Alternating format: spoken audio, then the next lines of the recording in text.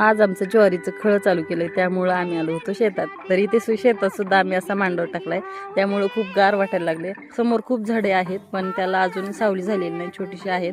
तर इथे बघा त्या छोट्याशाच झाडाला किती छान कैऱ्या धरल्यात. तर नर्सरीतून आणल्यावरच एवढं झाड होतं हे, आणि त्यालाच आता कैऱ्या धरल्यास पहिलंच वर्ष आहे. पुढच्या वर्षी खूप धरतील. आता यावर्षी या दोन तीनच आहेत. तर केशर आंबा आहे असं वाटतंय, म्हणजे केशरा म्हणूनच आणला होता आम्ही तरी. तर आता मग शेतात आलोय म्हणल्यावर भुईमुग उपटला ना असं कसं होईल. आणि आता तर शेंगा निब्बर व्हायला लागल्यात. तर मग उपटून बघितल्या तर आल्यात बऱ्यापैकी काढायला. तर आता थोड्याच दिवसात म्हणजे 2-4 दिवसात त्या पण चालू करायच्यात. खळं झालं ज्वारीचं की. तर इथे मी वेल उपटली 4-5, आणि आता बऱ्यापैकी माल धरलेला आहे, म्हणूनच आता चालू करायचा आहे. तर त्याचा पण तुम्हाला व्हिडिओ येईलच. लवकरच आपली 2000 फॅमिली कंप्लीट होणार आहे. तर त्यासाठी तुम्ही सुद्धा अजून सबस्क्राईब केलं नसेल तर पटकन सबस्क्राईब करा. आणि बघा किती छान शेंगा लागल्यात आणि निब्बर झालेत आता.